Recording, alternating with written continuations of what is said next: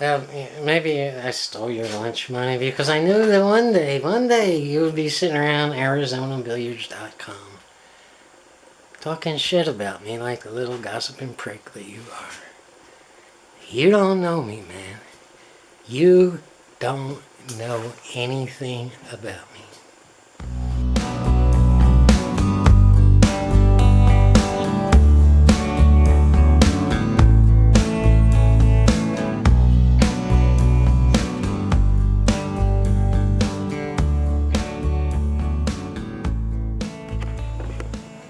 Oh, it's always been a divorce in the making. And then there's the part that says, I can't imagine my life without you and I'll love you forever.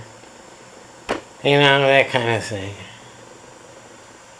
It's the old, I hate this place, I hate you people, I hate this game. I'll see you tomorrow. Yeah, it's not normal, you know. If you set your life up to become like you are not a normal person.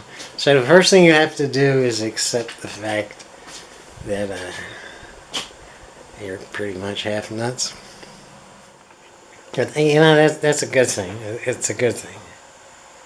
It seems like a ridiculous, horrible thing, but it's a good thing because normal people are not champions in anything.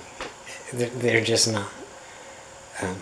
So when you sit there and ask yourself what that guy has that guy doesn't have, it's that guy's have nuts.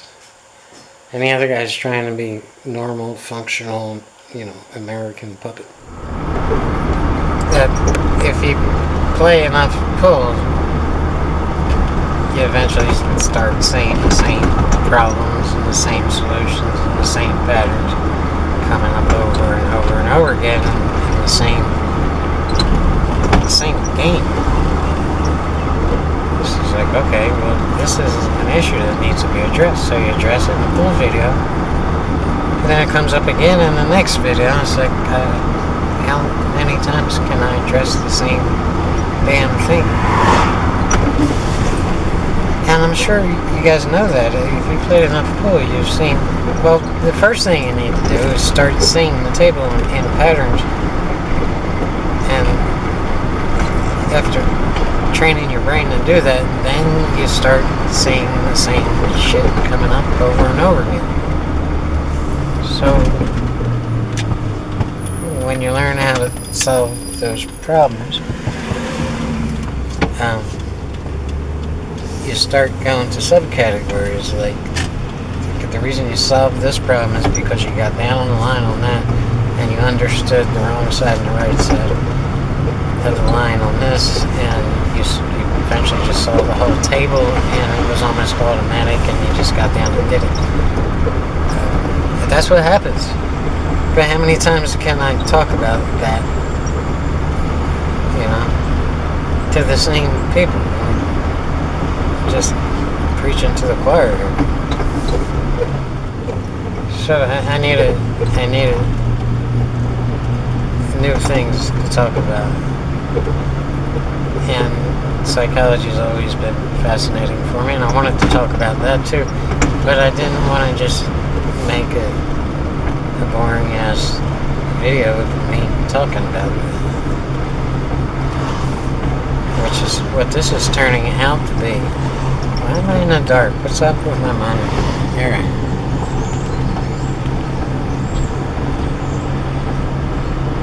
What do you say about the psychology of pool?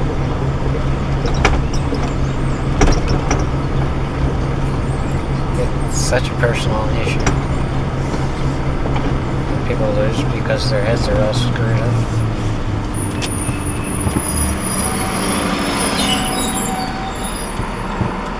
You gotta fix it.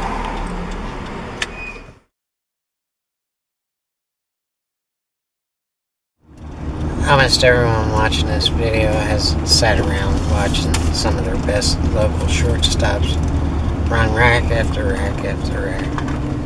And at some point, they've asked, why this guy's not out on the Pro Tour. He just doesn't miss. And the ingredient that you're not understanding there is the break and the importance of the break. Almost always, that's what separates players. And even the top pros, like you have, 64 of the best pros playing in one tournament. And you're sitting around thinking about their skill levels and who has the best chance to win this tournament. And you choose, if you know what you're talking about, you're choosing, you're going to say that guy there is probably going to win this tournament. But you're not thinking about why you're picking that guy, and almost 100% of the time, he's got the best break. They can all run out, every one of those guys, and they can all do it over and over again. But they can't always break great. And, well, nobody can, but the guys who are winning these tournaments are breaking great more than everybody else. Yeah, that's the break that stops them. Other times it's the ability to handle pressure and stress. Some guys, they've been beat up throughout their childhood and their lives, and they have all this self-doubt stuff going on, and that kills a lot of players, a whole lot of players. But if they find ways to handle that and fight through that and win consistently, it still is coming down. In 9-ball, it's coming down to their break. From the day I started making YouTube pool videos on that subject, pool videos, I make a lot of different YouTube videos. But if you just go back to the subject of pool and focus on that playlist, I never obtained a big, huge audience like some of these other guys, because I didn't cater to beginner players. My videos were focused on players who were good and they wanted to get better or great. And that's a small market because it takes a lot of time and effort to get good. And I could post a how to make a bridge video right now and get all these hundreds of thousands of views. That's not my audience. Now, I know the pain of hitting that wall where you worked your whole life to become competent of something and you still can't get over the big hump. So that's the kind of people I wanted to help. It got to the point where I went over every single topic on that issue, getting over the hump, that I could think of. And then I started repeating myself. And so much so that I started writing the same titles to the videos that I had already written. So now I'm going back over everything, and I had this conversation with Mark Hilliers, like, Mark, man, I don't know what else to say. And of course the subject of the break came up, the most important issue in 9-ball. Once you get to that point of being good but not great, that's the one that's going to make or break it. No matter how many racks you run out over and over and over again, if you don't have a good break, you're not going to consistently win. So it's like, okay, well, I'm going to make the best break video that's ever been put on YouTube. But I didn't want to do it for millions and millions of people. I felt an obligation to the 100 good players that watched my videos, to do it just for them. Because a lot of people in life will just come and take and take and take and take and take and never even say thank you, never hit the thumbs up button, never subscribe, never do anything. They just take and take and take. So I wanted to eliminate that part of the audience and just make a video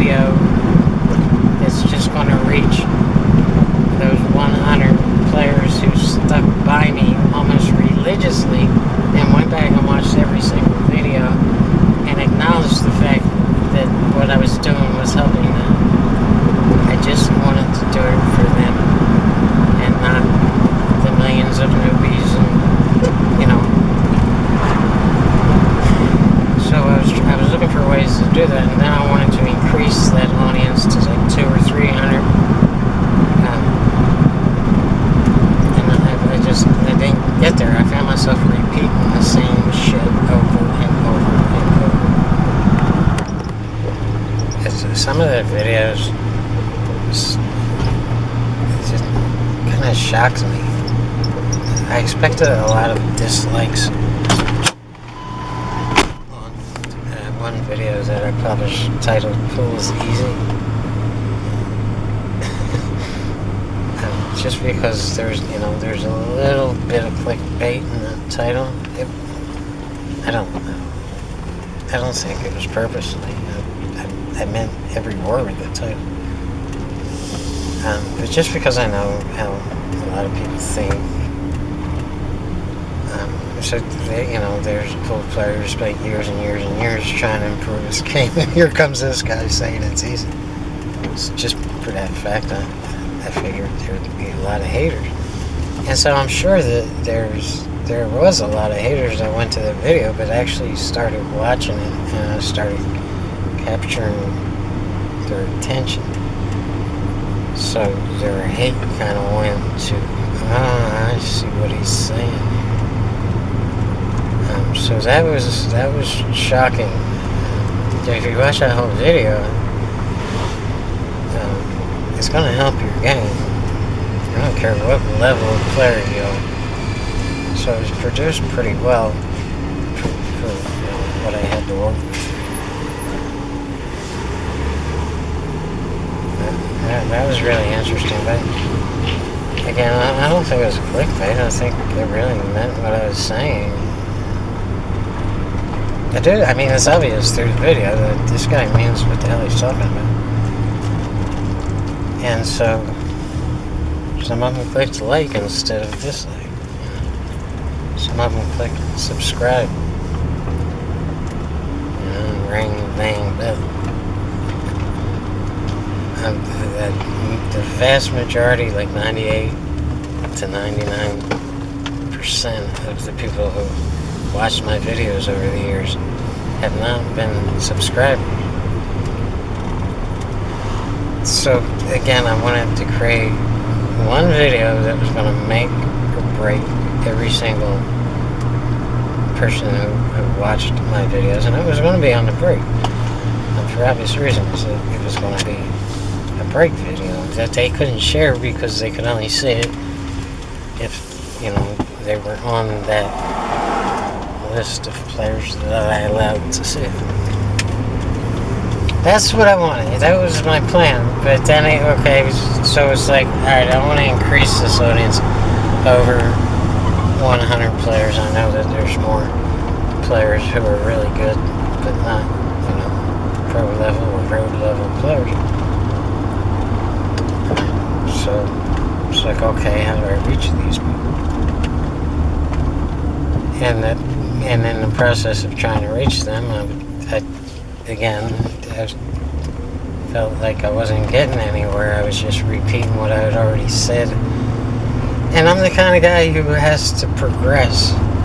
But one of the reasons I love playing in tournaments is because you win a match, you're progressing, you're moving forward, so you're always moving forward. And it's the same with restoring a car. You don't restore an entire car just to fix one problem. There's different levels. It's like, okay, I'm still moving forward. This is fixed, and it was broken before. So with everything you do on that car, you're progressing forward. And if that doesn't happen with something else, this is why I dropped out of normal society. I had to be always reaching. And I wasn't anymore. It's like, look, I already produced almost the same exact video with, a little bit of a different title about 4 months ago. So it got stagnant where I wasn't progressing. And people came by, and I'm, he's like, John, cover this topic because I'm struggling with it. He'd be like, here's the link, go back, and I already did that. And I just couldn't keep doing the same shit.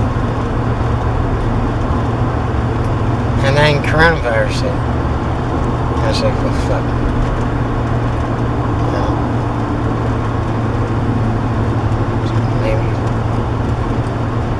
Maybe this isn't what I'm meant to be doing.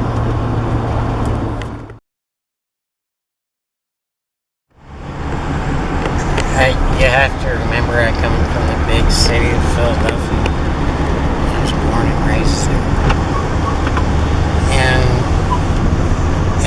all the adults in my community went to jobs that they hated, but they had to go to every single day just to keep the bills paid and to keep a broken roof over their heads and just being stuck in this horrible, unhappy grind, And when I was a kid when I started discovering pool, but it wasn't really it was the mystery of the game that intrigued me too. And it wasn't just with me. There was there was a handful of kids,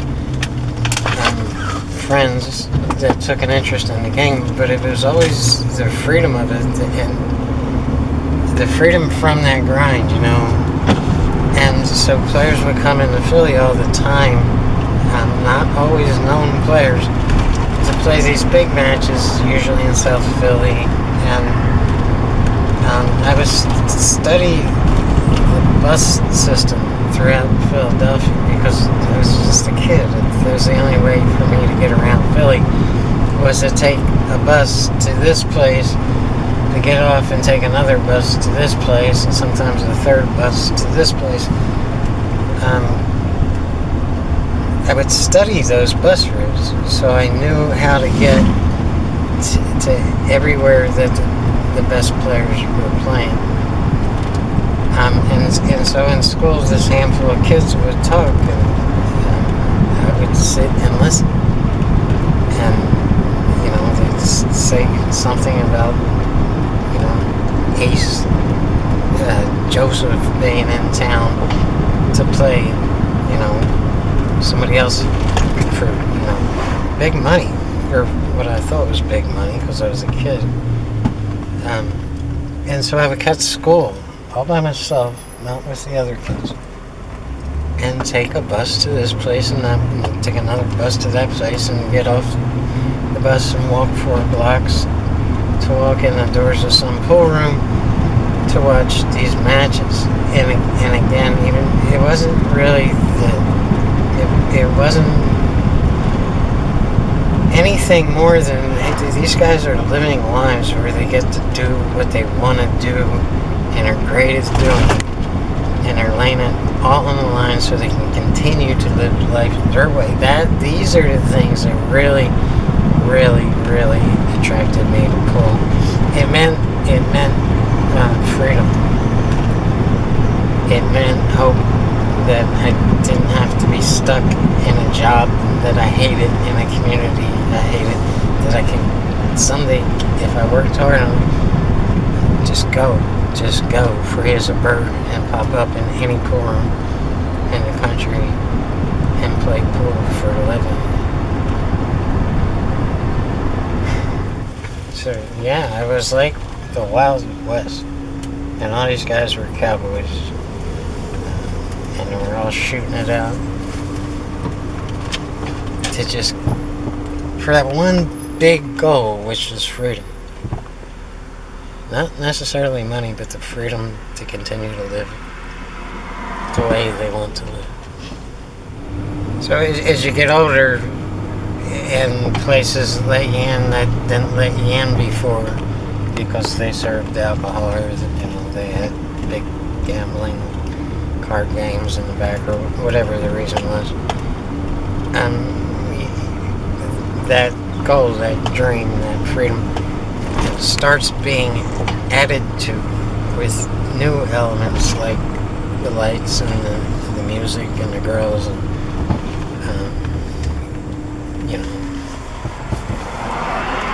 it doesn't get worse, it gets better. And it just adds to the drama of the freedom. And that's what happened.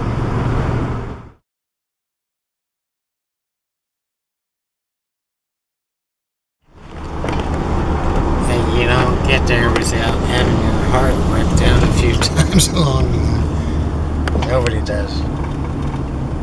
So my subscribers for the pool video, I have a lot of subscribers that don't give a flying hoot about my pool videos,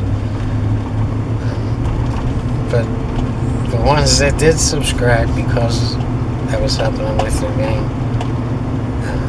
I can tell just by some of the stuff they say who might have what it takes to be kicked in the gut and stand back up and fight harder.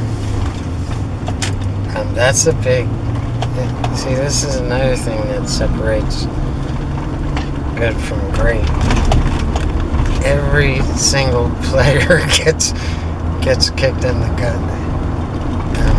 But not every single player has what it takes to get back up. And so I never took any pride in ripping someone's heart out. Well, I know a lot of these guys, they go around and they know how to get the odds in their favor. They know how to hustle. They know how to stay out of, the topics of conversation, if you want to call it that.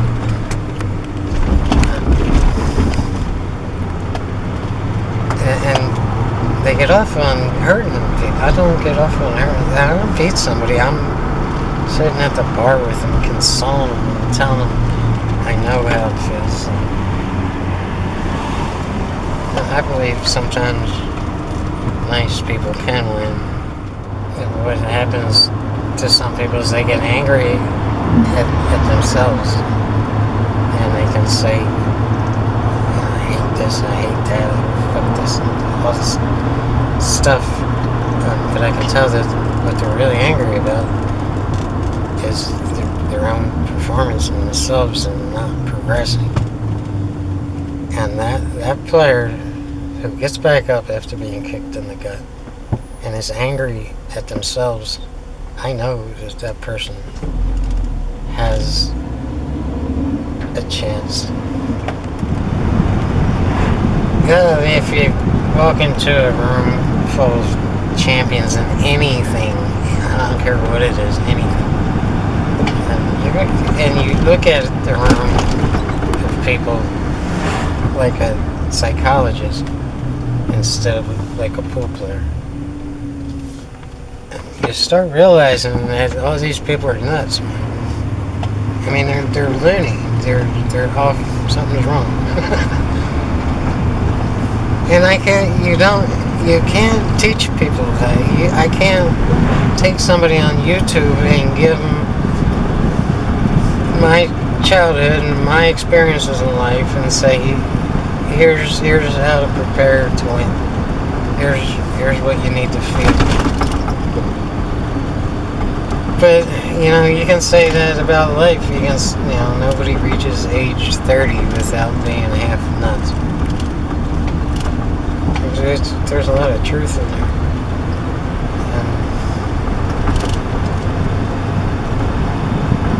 But the key is to take all that shit, all that negative crap floating around in your head, and turn it into positive action. And I'm not a psychologist, but you ever sit in on a therapy session? If you haven't, you should probably go to YouTube and watch somebody going through therapy. And that therapist can't change anything that happened to that person. Daddy beat them for coloring on the wall and it screwed their head up. Yeah, well, what do you want the counselor to do? Erase that? So the key is to learn how to turn it into something good. instead of something negative. Most people take that and they create something horrible. Your job, if you want to be a champion in anything, is to turn that horror into something productive and positive. For you. Nobody else but you.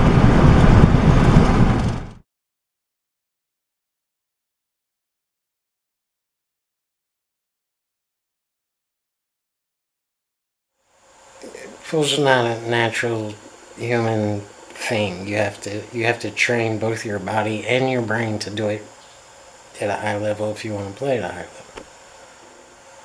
I think a lot of people have the ability to train their bodies to do it right, but they don't have the ability to train their brains to do it right. Yeah, you have to be different. You have to think different, and you have to be willing to accept your differences. So, I mean, natural. I think some people are more physically coordinated than other people. I think for some people, it's easier to train their minds to think the right way. And for other people, just work really, really, really, really hard to do all that. And for some reason, some people can think outside the box and they're more coordinated physically to do things than other people. And that has to be genetic. It can't be anything else. So, can you take an uncoordinated, 9 to 5 person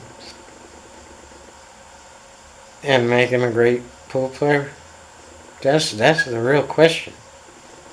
And it depends how you define a real pool player too, which is a whole different subject.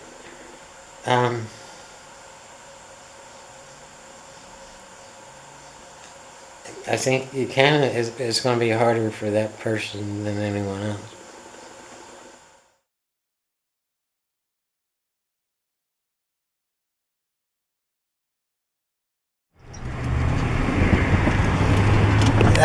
That's because I'm an American. And that sounds really stupid. What a dumb answer. I do run out videos because I'm an American. Americans see pool different than other cultures, especially like the Asian cultures. They see it as a discipline that they have to work hard on and study and like it,